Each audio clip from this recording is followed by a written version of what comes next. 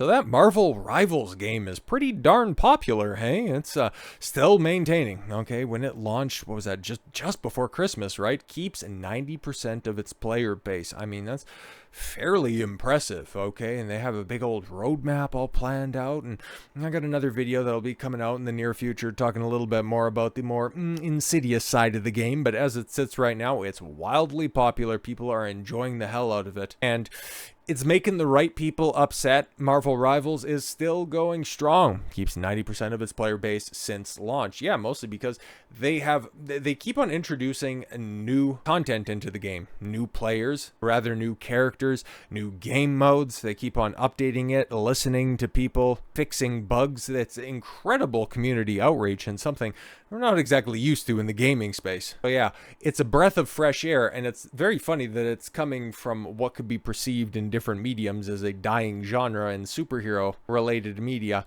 being the biggest game in the world right now. Anyways, often successful successful live service launch a huge player base, okay, which we'll see a sudden drop off shortly after release.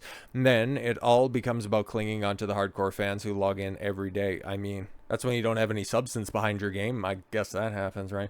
We're trying out a new event that brings back those who fell off. However, in Marvel Rivals case, it looks it looks like the launch period hype isn't dying down over on Steam. The shooter is still pulling in huge figures. Yeah, I think it's like right behind the Steam Deck is still the best selling game on the platform, even though, yeah, it's free to play, but that's bringing in 6 digits on the regular at any given point in time in the day.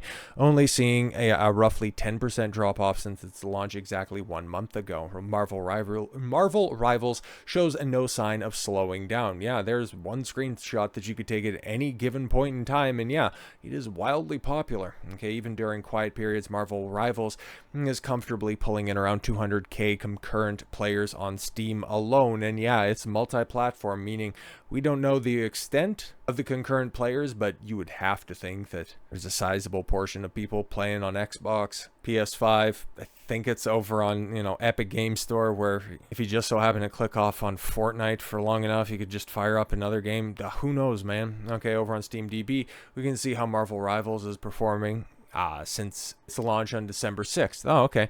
And as we can see through the graph, there's hardly been much of a dip at all. In the past 24 hours, it peaked at more than 400,000 players. Players logging on to PC at once, yeah, we know, compared to an all-time peak of 480,000. We'll have to wait to see if Marvel Rivals can keep going strong like this. Other successful 2024 live services, Helldivers 2, we've seen recently. I don't know if that video's out, but it will be in the near future. How Helldivers 2 is trying to attract a beleaguered audience. I'm going to say that.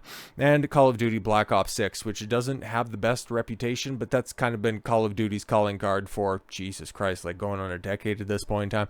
When was the last one that was like universally loved by the audience? Might have to go all the way back to probably the Xbox 360 days. I think the clear line of demarcation might have been in 2013 with the launch of Call of Duty Ghosts. Like maybe you could stretch it to say that Modern Warfare 3, the original release, wasn't as beloved, but everything before that, Black Ops 2, I seem to recall, not a lot of people liking World at War when it first launched, but it has gained a certain reputation in recent years. But yeah, ever since, I'll say Ghosts. Moving forward, there's been a general unrest in the player base, but they always come back year after year, so it's like, okay, cool. Why would you ever make Activision up their game if you keep on rewarding mediocrity? Both are still performing well, but quite far off from their launch day success. Do you got comparisons for all of that stuff? But nah, man, the gamer of all outlets are reporting this through gritted teeth, because I don't know if you guys seen the launch of the new characters that are out there. Some of them are fairly impressive. They're bringing in the Fantastic Four, which,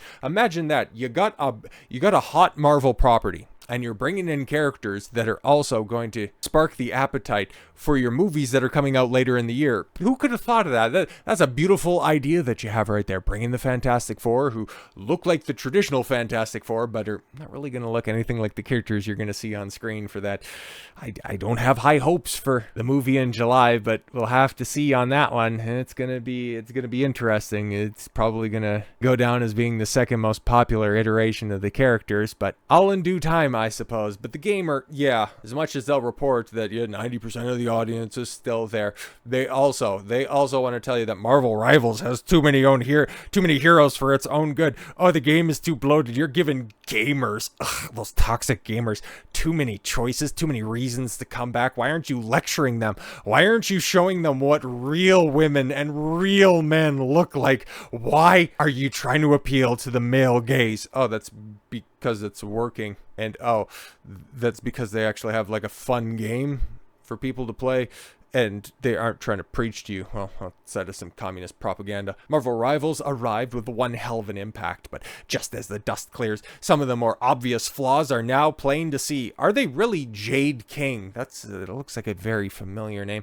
I've probably read one of your pathetic articles before. A lack of role queue is one major omission. Yeah, why aren't you more like Overwatch? Why aren't you more like Overwatch? Oh, those different implementations that ended up, killing that game and making it as niche as possible.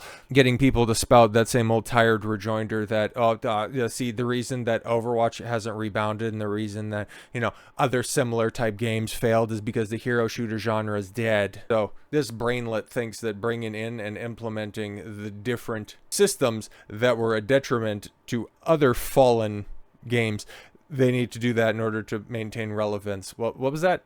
Maintaining 90% of its user base since launch? Anyways, and is already making effective team play an impossibility when playing with strangers. Yeah, that's kind of the risk that you take when playing with randos online. I don't know what to tell you. You're not guaranteed a victory, okay? Sorry, you entitled bitch. Unless you want to switch to a vanguard or strategist for your own accord to salvage an ailing match, you'll end up losing. Yeah, get along to go along. Otherwise, you're just going to play with, weekend warriors. They just want to go in there and run and gun. I legitimately don't know what to tell you, man. This is a problem for Overwatch 2, but role queue has made it much easier to form teams. Have a decent chance of winning if you work together. And how well is that working out for that game? Just asking. No limits. Ask you to throw this aside for some chaotic fun when emerging victorious doesn't matter. But in Marvel Rivals, that is the only way to play, so it's impossible not to criticize. Right now, I spend games playing support out of obligation. This is just reading like a Dear Diary. I had a bad time playing Marvel Rivals because I suck ass at playing the game. Marvel should have taken more time with its roster. Yeah, but why though? NetEase has created a hero shooter using one of the biggest licenses in the world in a free-to-play format. Where people want to play in and play some of their favorite heroes without restrictions.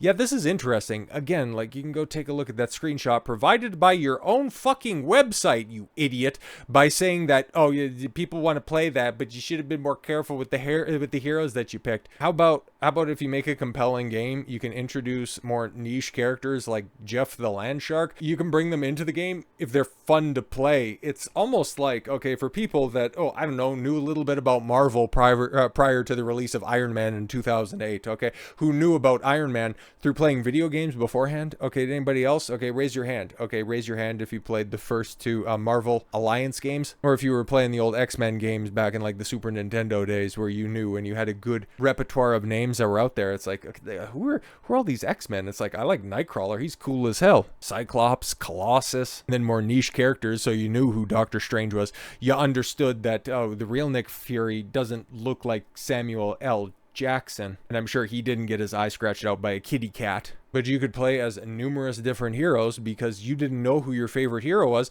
until you had an opportunity to try out Moon Knight. You might have been brought in by the allure of playing as Spider-Man, but you didn't know how much fun Cable could be. Marvel's been doing this forever. You ever heard of a little game called Marvel vs. Capcom?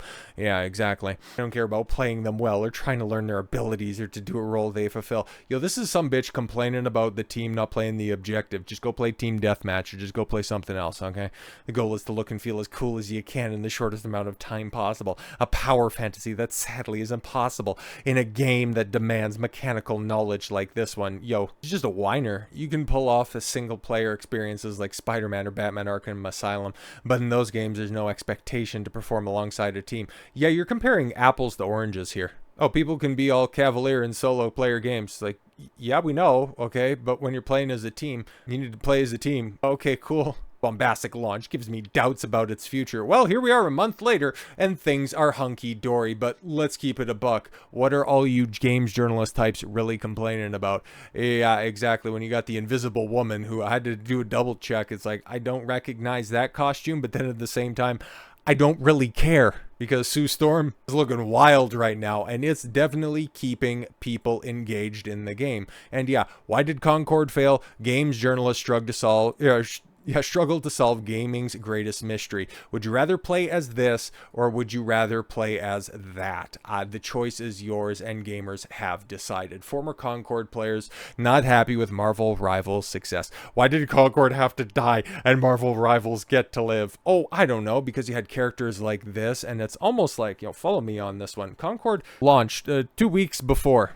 Okay, they had a couple of beta periods, very apropos in the case of Concord, but it had its proper launch 2 weeks before Labor Day. I remember that specifically because they announced in 2 weeks' time after, that Monday, they would be shutting down servers. Fucking hilarious. They seem to think that gamers, okay, the ones that they deride so much, like there's a finite pool of them where there's only so much attention and there's only so many people out there to play games, not realizing that if Concord would have been decent and not a dumpster fire, it would still be around. It wasn't sacrificing this for that.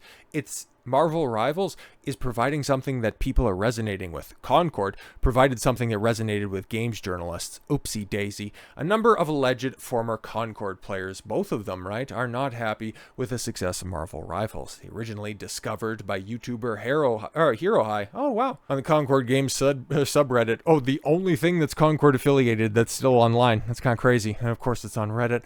A question was asked whether or not Concord fans have tried Marvel Rivals and what their first impressions were. Okay. The top-ranked response currently reads, "It plays nothing like Concord. I don't like the movement or shooting at all, and I don't get all the hype and praise it's getting. If you want similar gameplay to Concord, Destiny 2 is your best bet, but the PvP in the game is basically unplayable. Unfortunately, but the PvE is still good. Yeah, it's not very good, but this one aspect is good." Interesting. It kind of reads a lot like that Gamers article that said, "Oh, you can't play the game because they aren't playing the objective." But when you can play the objective, it's kind of fun.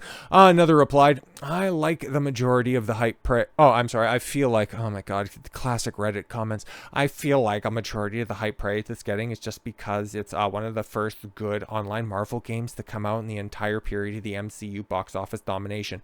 Again, hey, shout out all of those pre-MCU Marvel games, okay? All those X-Men games, Marvel Ultimate Alliance, all of those fighting game crossovers with Capcom. But hey man, these are kids that were born after the Twin Towers fell, thinks that electricity comes from the wall and food comes from the grocery stores. We aren't exactly dealing with the best and brightest. But yes, box office domination, which is waning. Oh, funny, because I'd imagine you're probably in the MCU subreddit also going, "Marvel's never been better. We're so happy with all the diversity on display."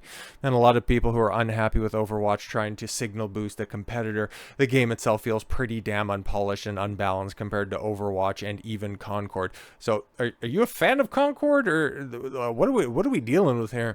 Another individual replied, "Why did Concord have to die and Marvel Rivals get to live?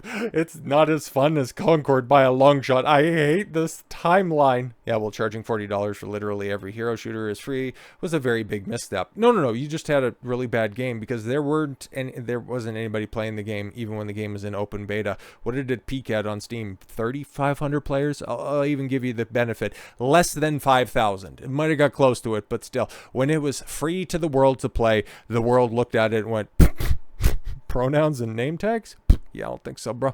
Not being free wouldn't save the game, buddy, and Marvel Rivals isn't having success because it's free. Yo, Desfred, where did this random haver of common sense, how did you find yourself on Reddit? What happened?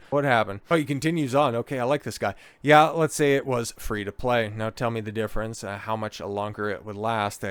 Game, even for free beta, hit 2,000K, yep, and kept dropping players already on that time. Did basically present the same issues from the beta, and it died a few weeks later. Doesn't make a single difference. Paint to ship with other color, and you don't fix the holes that'll sink anyway. Based again, Marvel Rivals has its own factor. Did understand well what made Overwatch 1 successful. Created at least an interesting mechanic to say it's different. Knows what a multiplayer needs, and that's why it succeeds. Not because of the price tag, which which many people, I have to edit this on the fly because it is a Redditor after all. I didn't have to have many to fail. Seriously, people, stop thinking free to play is the answer for everything. It just shows how clueless you guys are. Based, my guy. Hopefully you spend less time on Reddit and more time dealing with the wares at a library. But yo, here we are, what, 6 months after its 2-week demise, and people are still complaining about Concord. People are complaining about the success of a game that is actually appealing to its audience, trying to cater to them instead of proselytizing to them. Never change Redditors, never change games journalists, because hey, we all need a good laugh every now and again. So with all that said, thank you all very much for the gift of your time. I've been Don Consuelo. I want you to follow your gut and get after it. Take care, everyone.